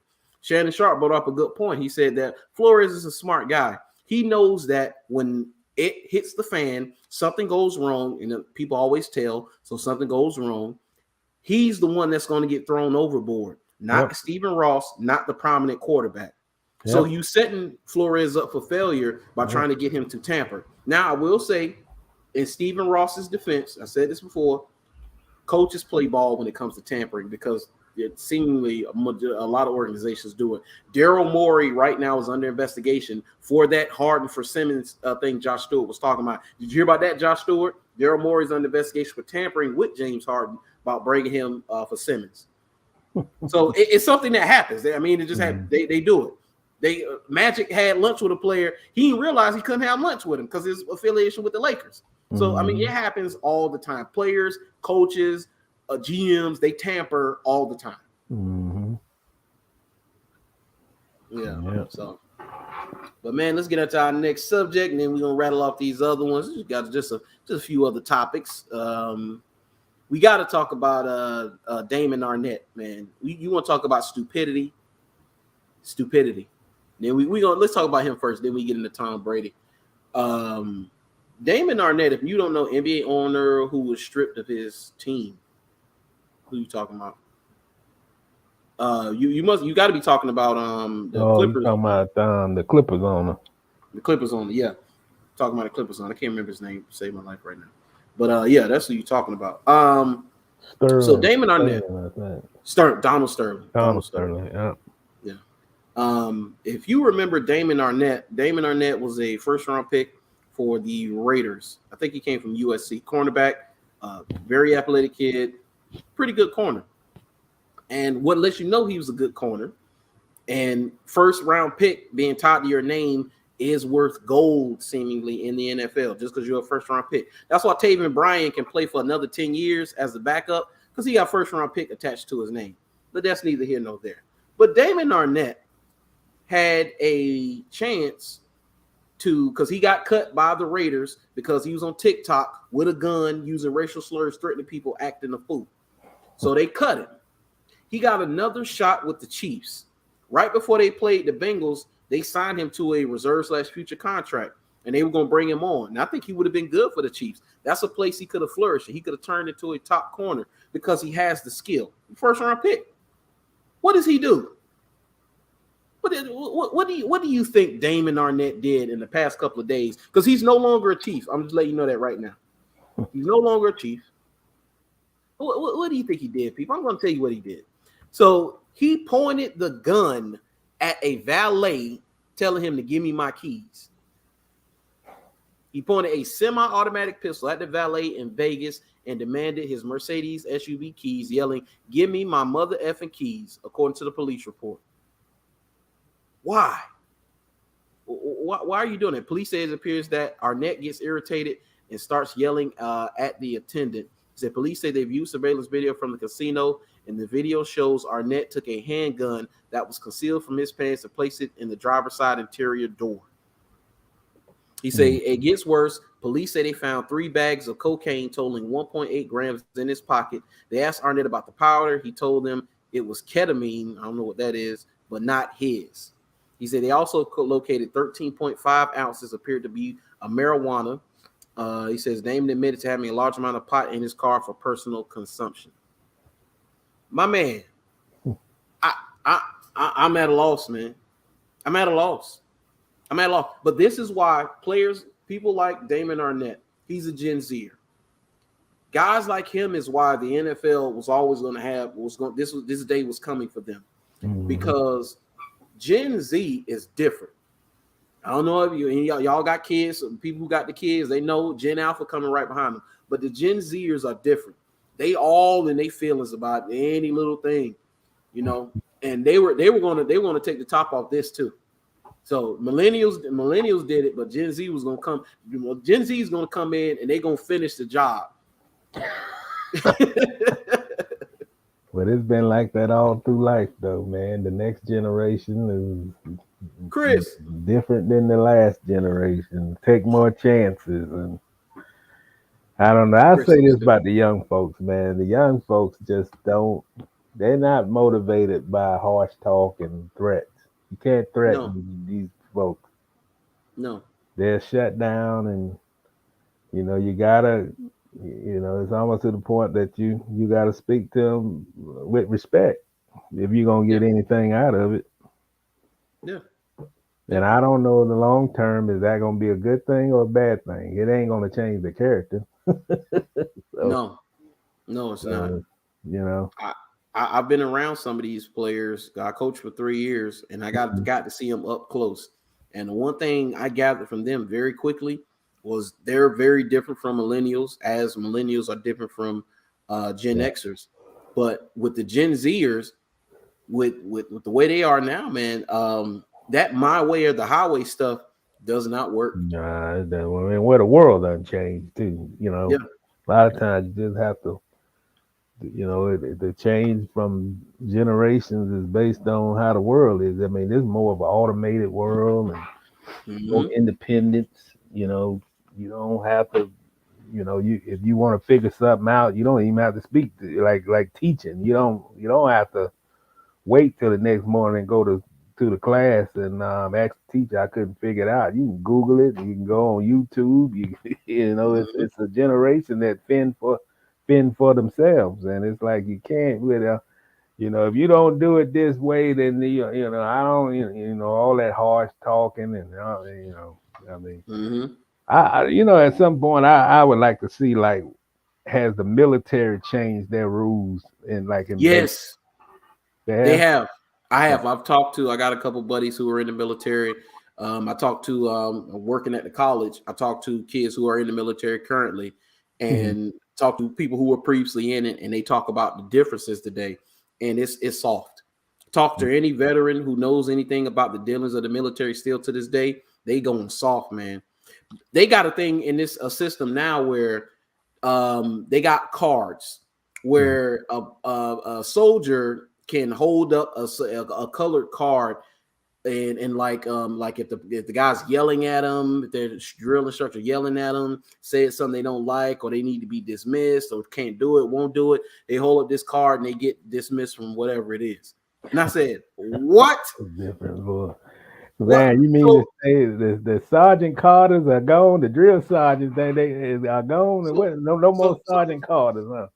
So you mean to tell me when China come knocking on the door and want to take over, and they say, hey, you got to do what we do, you going to hold up your card and say, hey, I want to do this? That won't work if you a POW. No, that's not going to work. It ain't going to work if you get caught. So if you're behind enemy lines. Hey, Chris say he must be a young boy fan. He must be a young boy fan. They say Baselli and Butler, NFL Hall of Fame class of 2022. Dude, Leroy Butler and Tony Baselli definitely need to get in. Yeah. I heard him on 1010 today, him talking about Doug Peterson. I like what I heard. You say that's why he pulled the gun. That white ghost told him to. Oh, Ness, I already know. Damon Arnett was coked up when he pulled that gun on the valet. He was coked up. He was coked up because it was in his pocket. Why you need it in your pocket if he wasn't using it? He was coked up. That's why he pulled a gun on the valet. They say the military went soft as hell when I was last in 2014. See, there you go. Kassan Carter, veteran, telling you what it's like. Chris say the military don't build mental toughness no more. It's too lax. Chris, former veteran, another one. He say, Chris, hey, man, the military now is softer than a wine cooler. Sean Taylor with a chaser. This it. I told you. That's crazy. That hold up a card. Hey, yes, the military has toned it way down. You could tell when you see the soldiers in fashionably colored camouflage. Hey, I said this a long time ago. I said that we're in a different time now. I said I'm not confident if China, Russia, whoever comes knocking on the door, that we can get them out of here. I'm not. Just from the boys, the way they've been raising the boys, no. So I mean, it is what it is, man. But Damon Arnett, man, it's so stupid. You wasted a great opportunity, and now what is he going to do now? He's going to be in the streets now. How is he going to make money? Because what industry can Damon Arnett go into and make money now? He's going to have to get a regular everyday job or something like that. Because even if let's say he does something like trucking or something, if he tries to work for a company, all they got to do is go look at his arrest record. Yeah. Twice. Stays with you. Yeah, it stays with you. Yeah. He said, former veteran, when they started allowing timeouts, it was over for the military. Timeout. Lord, I thought I'd never see the day of that. Yeah. Hey, Sean Taylor said, just call up us vets. We get they dud ass up out of here. Gotta call up a card. Gotta go get the yellow card. I'm tired. It's hot. It's hot. He I'm yelling not too climbing much. them ropes. I'm not going up on the monkey bars. Man, it's crazy, man. But yeah, it is what it is. But man, let's get into the GOAT. And then we already talked about Byron. Then we're gonna go into got a little bit of NBA, and then we're gonna get on up out of here. But we got to talk about the GOAT. He decided to call it quits. He said, "There's no more yes, drill sergeant. It's a need a moment cards now." Yeah, I just need a moment. I just need a moment. Oh, man. No more Sergeant Carter. I bet that people don't even know who Sergeant Carter. You know who Sergeant Carter was? No. Oh, man. No, I don't know. Only Sergeant I know. Gomer Powell. Gomer Powell. Okay. That's before my time. That's before my time. Yeah, the only one I know is Major Payne. Yeah, Major That's the one I know. Yeah. Major Payne. Mm-hmm. Yeah. Yeah, that was the comedian. Yeah. Major Payne. Yeah. Major Payne. So, man, but let's talk about the GOAT, man. The GOAT decided to call it quits. And I was very surprised that he decided to call it quits. I thought he had at least one more year. You know, some people said two more. I think he could have played 2 more years, but I thought for sure at least one last year. I didn't think he would call it quits after the loss to the Eagles. But he decided to call it quits. I think it's his decision. Overall, it was kind of influenced by his kids and the time he spent away from his kids, which I totally understand that. The other angle was his wife Giselle, which I'm not married, so I can this is just my opinion on that. Is that yes, she sacrificed. I think she sacrificed some of her career to raise the kids or whatnot, and all of that. And she wants him. One of the things she said is she wants him to help out around the house with the kids, housework. And this was my thing, Mr. Reid. What work are you doing? You guys are rich. So what hard labor is she doing? I'm not. I don't understand. I didn't get that part, but it is what it is. Well, that's just the answer for he needs to spend more time with his kids. That's what that is.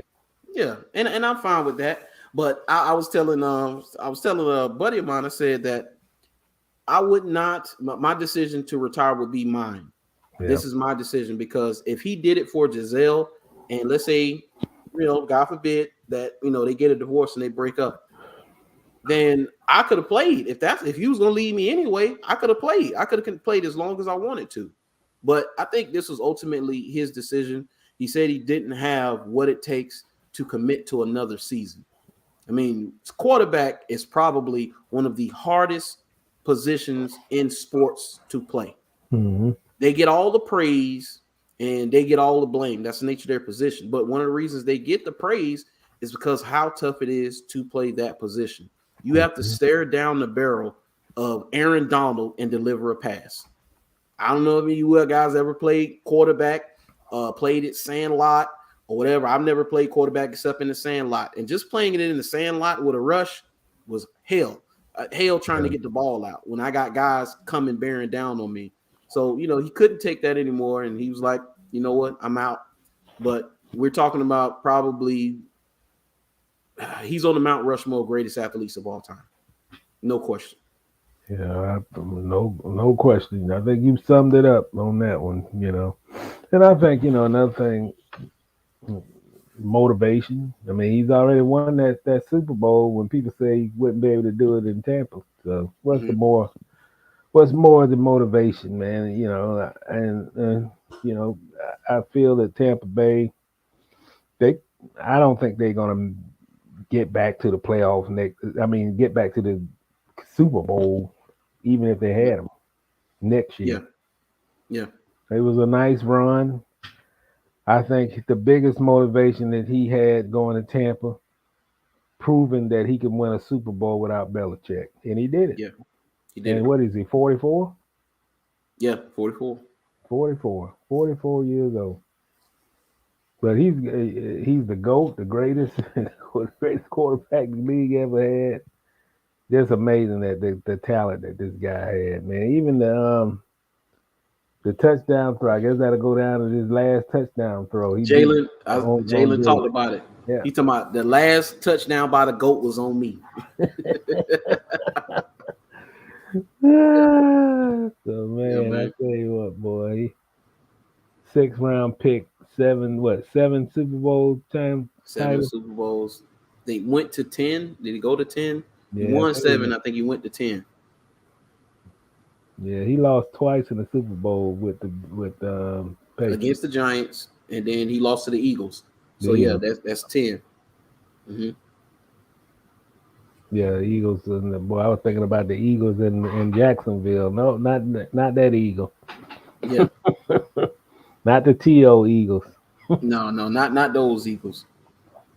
But yeah, I think it was a great career for him. Oh, yeah. And to work his way from a 6th round pick, what lets you know that he was destined for greatness was his introduction to Robert Kraft and what he said to him. I still, to this day, I can't believe he said that to Robert Kraft, but it shows confidence. Like you said, to be in that industry, you got to have the confidence. Will it come across as cockiness, arrogance? Don't care. You have to be confident going into that league, going into entertainment, going into certain professions. You have to be confident because it is cutthroat. It's eat or be eaten. He told Robert Kraft, he said, "How you doing, Mr. Robert Kraft? My name is Tom Brady, and I'm the best decision that this franchise has ever made." That right there, that sent chills down your spine because he was correct. Mm-hmm. And he was confident in his abilities. And as I've done this, as I gained more, I've gotten way more confident in my abilities to do this to the point where, shoot, I throw on the suit now. You can put me on Undisputed, and I could debate with Skip and Shannon right now. Mm-hmm. I could do that, and I'm going to get better because I'm going to work. That's the part of Brady that I don't think gets highlighted enough about his greatness, is that it wasn't a natural thing. He worked to get to where he was. He didn't wake up and become Tom Brady. He worked his behind off to get to where he is today. And he's seen it. Once he saw everything, you couldn't fool him no more. There's nothing you could do to fool him no more. We went zone, he ate up the zone. You blitz him, he eats up the blitz. You know, his offensive line, they're not blocking well. What happens? He starts getting the ball out faster. You know, he's the ultimate pro, the ultimate athlete. When you think about building an athlete, what type of mentality you want that guy to have, Brady had it. No question. The GOAT will live on to be the GOAT. Yeah. Oh yeah. Now it'll be interesting to see what happens after retirement. Will he be? Oh yeah, I think whatever he goes into, dude. Gronk said it. He said all he got to do is put 10% of what he put towards the NFL to anything else, and he's going to be successful. Oh yeah. Yeah. I think the same thing with Aaron Rodgers. Aaron Rodgers is going to have a great post-playing career. Yeah. Let's see. I work with NAVAC at the call center. They called me to report emergency trouble ticket, the BEQ room for a clogged toilet. I was thinking on the phone, you tell me you can't use a plunger. You need someone to come fix a toilet. Oh, the soldiers can't fix the toilet. They calling him by the toilet. They can't use the plunger to plunge the toilet. That's the state of our military, Mr. Reid, if you want to know. Well, you can't buy your own groceries now. The Walmart could buy them and put them in your trunk for you. Right. You don't even have to get out your car, man. You have your Pop-Tarts in the bag that somebody else got for you. Hey, I do Instacart, so I go shop for people and deliver it to their house. So they ain't even got to come out the house now. They deliver. You can deliver groceries, prescription medication, alcohol, you name it, toiletries, goods. I can get it for them, buy it for them, and ship it, take it to their house and get paid for it. Yeah. See, Chris, I think people doing it. Huh? Yeah. Oh yeah. So I think he knew that having a better year than he did this year was not likely, so might as well leave on his terms. Yeah, I think so too. I think that was it too. Yeah, great career for Brady. Anxious to see what he has going on coming up next. I seen I can't remember the guy's name. I read an article talking about Brady leaving and how they didn't want him to leave the Patriots, but Brady leaving the Patriots was the best thing that could have happened to them logistically. They still would have been a contender, but because of the cap issues that they had at that time, it was going to be very hard for them to put a team around him that would have got them a Super Bowl. The guy was saying that, of course, they would have been competitive, but they wouldn't have had the money to get the guys like Kendrick Bourne, Jonnu Smith, Judon, Hunter Henry, and you got a quarterback. You wouldn't been able to get Mac Jones with Brady still on the roster. So Brady kind of did them a favor by taking his salary off their cap and letting them have that reset year where they paid Cam $1 million. Paying Cam $1 million it helped reset their franchise. So let's say Brady retires today as a Patriot. The roster and what they got going on is bereft of talent, and they're going to go through a total rebuild. They had a 1 year, like a 1 year boost, a little bit of a rebuild now, and they got to still build because they got to get better. They got a good team, but he doesn't have a championship team again yet. And as Mac Jones matures, they may get that. I'm confident that he might get at least one with Mac Jones. He's Belichick. But if he had retired today, he would have left the Patriots in dire straits, they said. So it was best that he did leave. Yeah. Yeah. So Josh Stewart. I gotta check to see what Josh Stewart put. So let's see. Let's talk about what was next. What was last? Liz Cambage. So talk a little WNBA, then we'll talk about Mr. Jerry West. So Liz Cambage, former WNBA player, she quit playing for the WNBA and she went into being an IG model and being on OnlyFans and basically selling herself and selling her body. I mean, it's her choice. Do what you do. Can't judge her because I'm not going to lie. If I looked like her and I was a woman, might be doing the same thing right now. I'm just saying. I can't judge her, so it is what it is. But she did it because they don't get paid in the WNBA. She talked about it. She said the salaries, dude, she has to pay for her flight to away games. I didn't know that. Pay for the flight? Yeah, I think they got some of their expenses go towards the flights, if I'm not mistaken, she said. And I was like, I didn't know that. Well, something got to change with that league, man. And so she had an issue with Becky Hammond getting $1 million a year. And she's like, yo, the players ain't even getting nothing close to that. Y'all giving this coach $1 million a year? It is Becky Hammond, though. So, but I don't know. Well, the WNBA overall has an issue to begin with because they don't market their stars well enough. They don't have enough stars, number one, but then the stars they do have, they don't market them well. They still don't turn a profit. They still lose $10 million every year, which is offset by the NBA's contributions to their game. But she's bringing up a good point to where I think this is a trend. I think you're going to see more women go to other industries, especially if these are attractive women who can make money off their image online and being a social media influencer. You're going to see more of that because now the ladies who play in the WNBA also play overseas to make ends meet, to get the money they want. Because they're making $100,000, 110, 150. I don't think anybody makes over $200K. And you say, well, you're in the top 10 to 15 to 20% of earners in this country. Well, you got to remember that's before taxes, that's before agents, that's before family and all of that. So what are these women really walking away with at the end of the day? Not much. Not much. Yeah. You see, Brady said that then put in work to give life to his words, same as Jordan. Goats talk and walk the walk. Oh, yeah. Yeah, that's it. That's it. Chris says they don't market the game, period. No, Carlos Miller from the 85 South Show said, do women watch the WNBA? And I retweeted it and I put, few do, most don't. I said all the WNBA needs is about 10% of women in this country to watch and spend money on the game. and their game grows. I'm not like that. They'll be making $1 million salaries in less than 3 years if 10% of women spent money and watched the game. Yeah, I agree. Yeah. Let's see. Did you guys see Jimbo Fisher rant on the NIL deals? Yeah, I did see that. Did you see that? Yeah, I've seen it. What you think about that?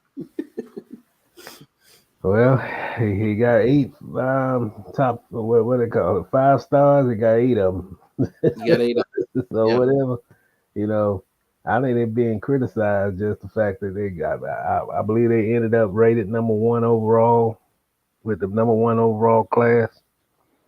Mm-hmm. But Texas A&M, from experience, man, they have a lot of money. Maybe more than any other. I don't know they have more than Texas, but they have a lot of resources. Right. And I think he felt that he was being ganged up on. Yeah, he did. They're paying all this money for these kids to come to A&M. But he's a good recruiter, man. Oh, he's one of the best. Because I tell you what, there's nothing in College Station other than that university. Yeah, I've heard that a few different times that there's nothing there except the college. Yeah, you're not that far from Houston, about 45 minutes from Houston, but man, there's nothing in College Station. It ain't as bad as Starkville. You can't get a decent meal. There are a few more red lights than in what they are in Starkville, but boy, it ain't much. It ain't much in between College Station and Houston. You see a lot of cattle. For sure. That's about all between Houston, those 45 minutes driving. Yeah. Okay. So, last topic. We're going to get into Mr. Jerry West. I did see a trade. Was it the Portland Trail Blazers? They did it was like a 5-player trade with a couple of picks I saw today. So the Portland Trail Blazers trying to make some moves. They trying to keep Damian Lillard. I don't think he's going to be there much longer, though. Eventually, Damian Lillard is going to have enough, and he's going to be out of there. Yeah, I agree with you on that.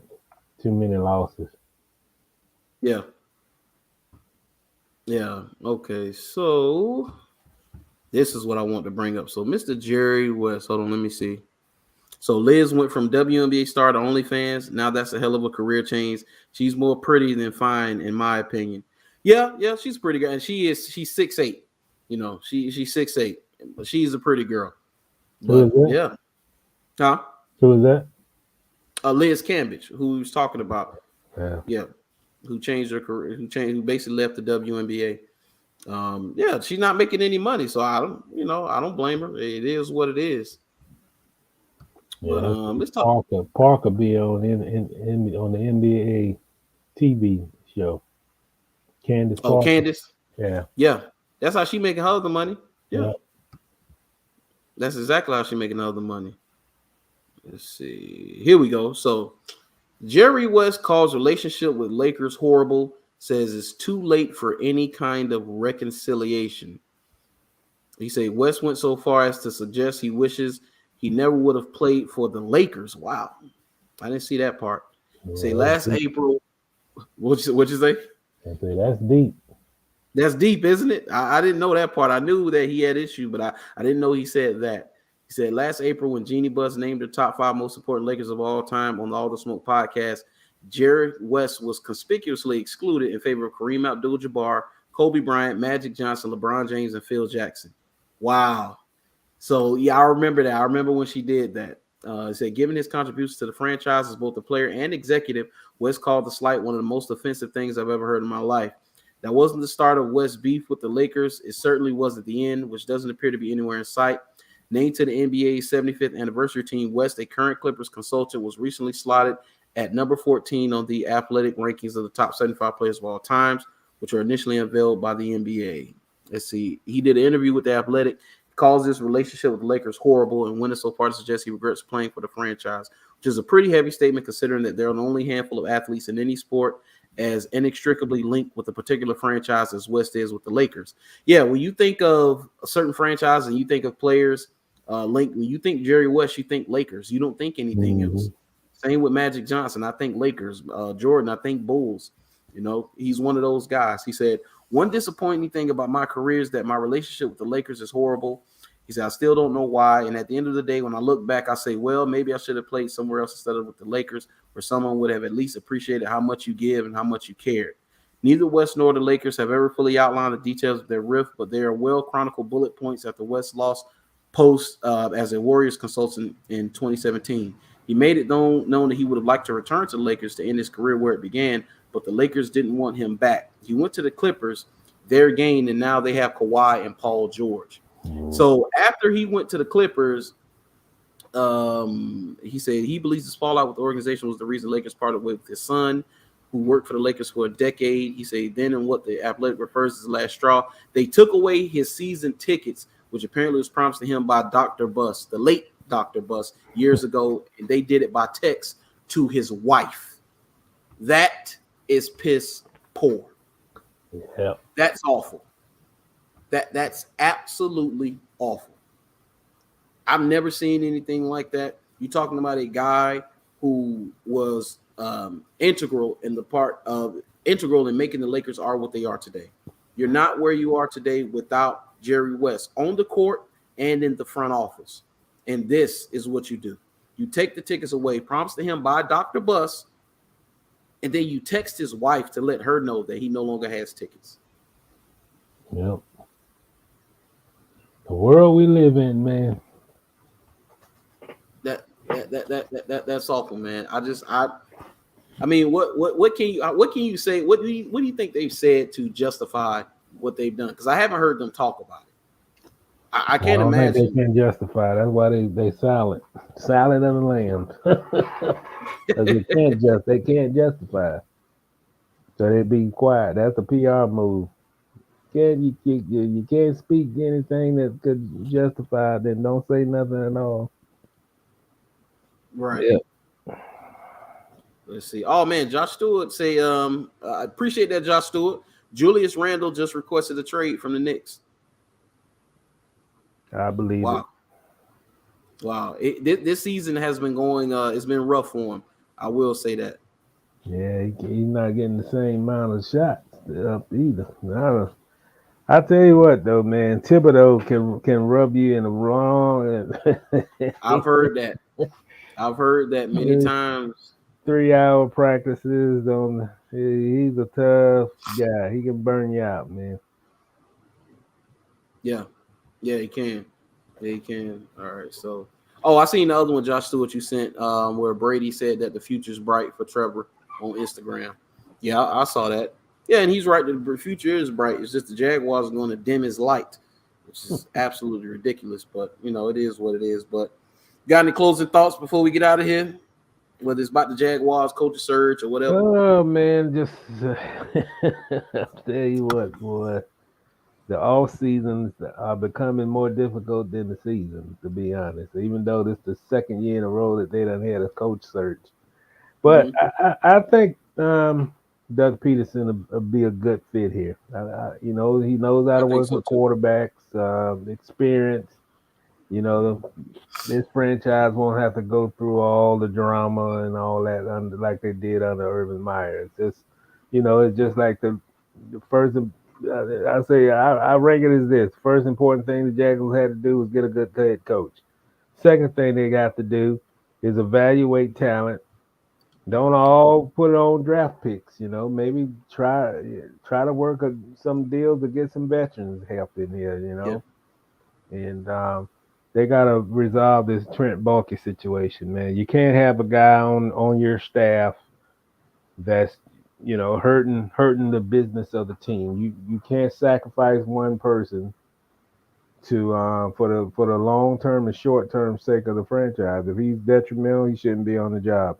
Whether they dilute his general manager title and just his responsibilities get diluted, that could happen. But they gotta figure that out. Even with Doug, you got to get everybody in line.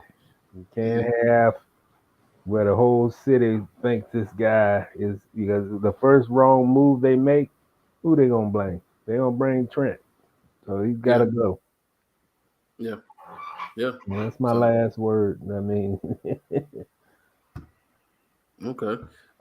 Josh Stewart said he got a question for you. He said, "What would be the first question you ask at tomorrow's presser to Shad, Balky, or Doug?"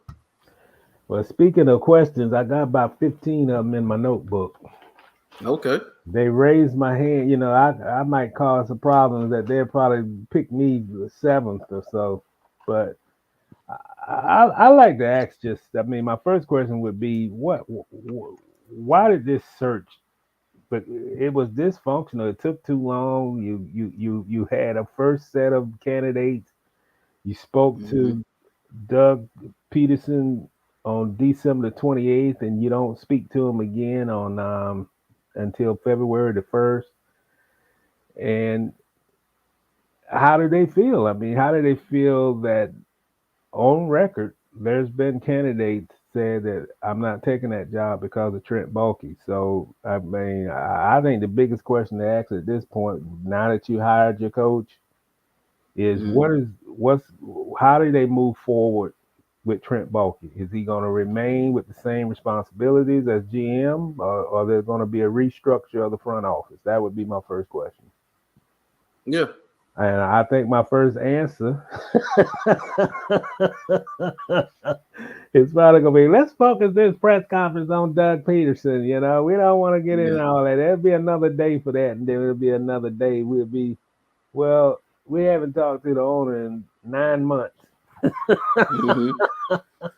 Right. Man, this stuff is all in cycles, man. You know, everything in sports is retreaded. It's over and over and over. It's the same thing, recycles, is go over. Copycat league. Yeah.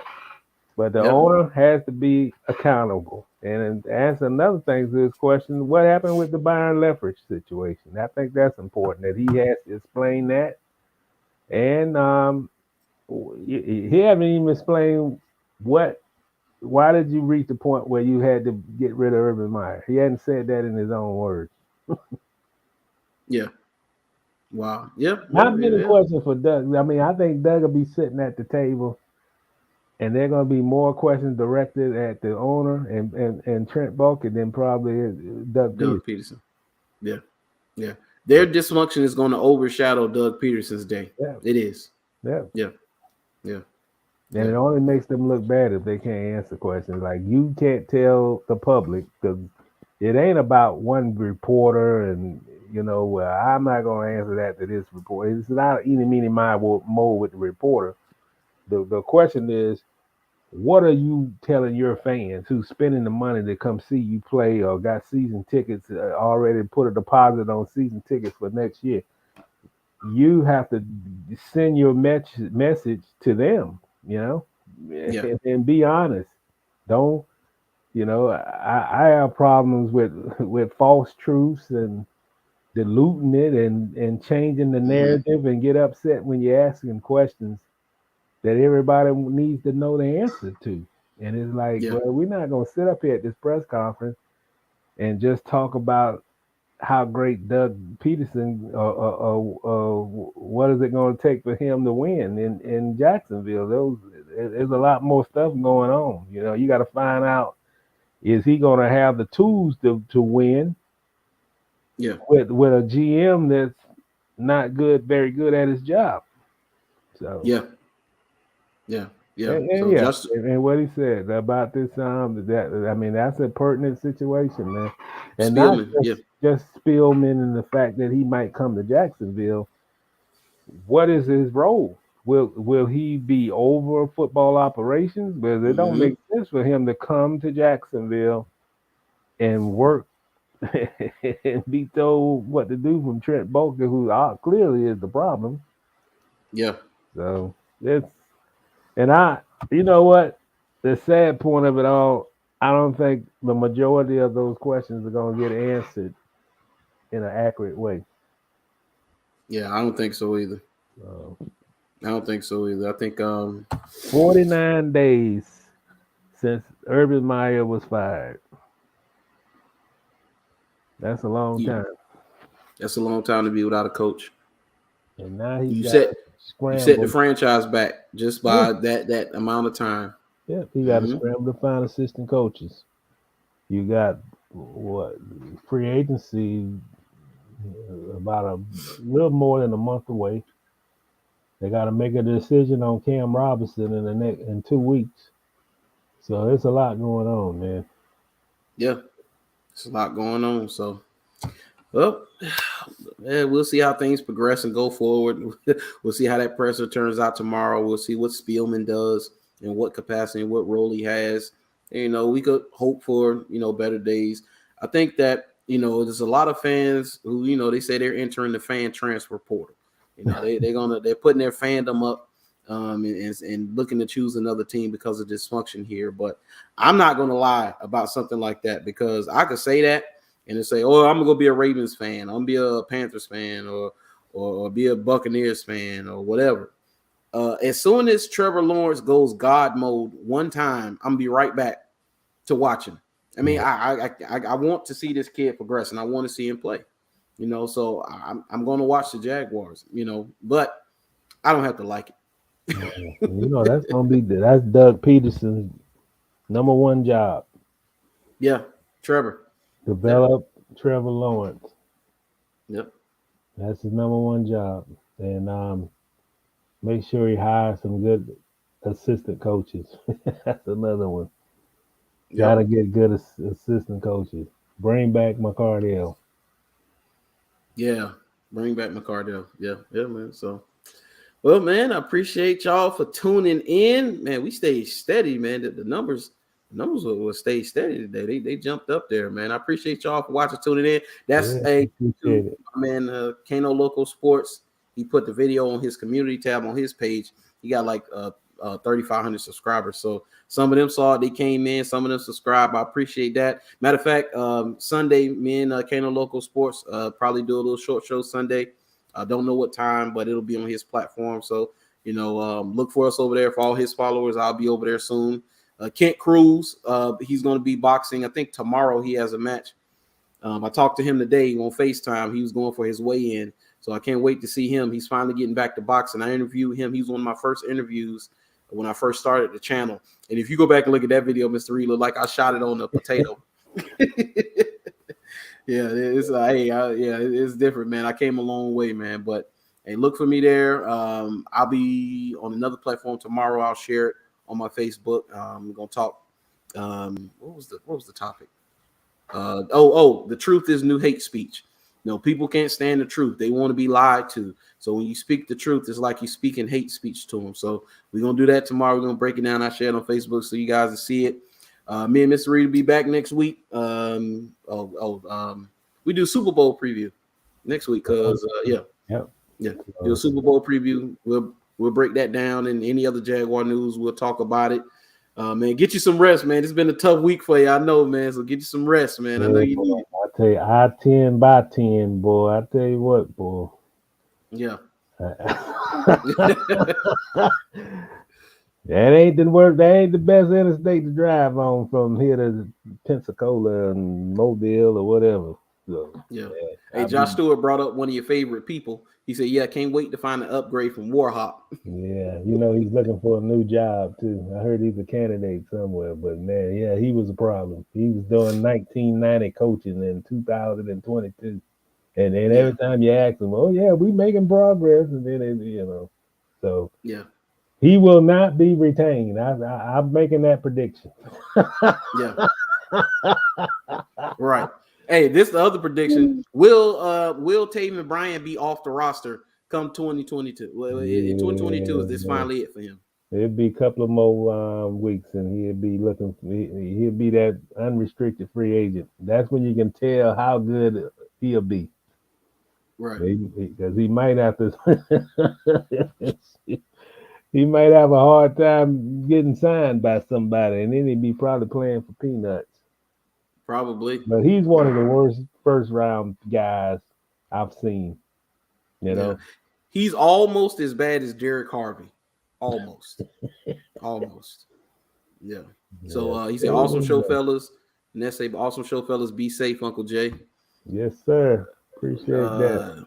You see where Urban tried to bring in Chris Carter, but Balky said no. We watched the video of that before we came on the show, and I can't play it because it's Good Morning Football, get copyright. But if you haven't seen it, go listen to Chris Carter on Good Morning Football talk about Urban Meyer and Trent Baalke, and how Trent Baalke basically told Urban that Chris Carter basically brought he didn't see the value in bringing Chris Carter in. That's what he told Urban Meyer. Man, that's all I'm gonna tell you. Just everything you need to know about Trent Baalke from that alone. Yes. You know, this guy done, you know, he had a, you know, substance problem. He done overcome that. And there's just so many different things that he experienced, you know, working in Minnesota in that wide receivers room. I mean, this guy got so much stuff to share. It's almost laughable. He's been in the league for, like you said, been around the league for 50 years. Yep. It's just laughable. I tell y'all, I tell you a lot from that from what Chris Carter said. Yeah. You know. Yeah. Power is a powerful thing, man. Some people, some of these executives, they misuse of power. Yeah. And not for the betterment of the team. It's just like you just, you know, trying to create your own space. Yeah. Yeah. So it is what it is, man. But yeah, go check that out, guys. But I appreciate y'all for tuning in. We'll be back next week. Make sure y'all like, share, and subscribe. I'm coming with more videos. May have this the OBS. Kano put me up on the OBS, so the platform I use StreamYard. I like it. I like the setup, but I like it set with OBS, so we're gonna play with that and a few other things. But you know, the direction of the channel is staying the same. I'm gonna change a few things, upgrade some stuff, get some animations on the intro, get outro. Man, when I do the intro and outro, we got to get one together because I want to have it together. You know, we've been doing this. You've helped me build this, so I want you to be a part of it, man. I think you'll do well over here, just like you did well in your other career. So I think podcasting suits you well. We'll see. We'll see, man. We'll see. Man, I'll check y'all later, man. Until next time, man. We are out of here. Peace out, y'all.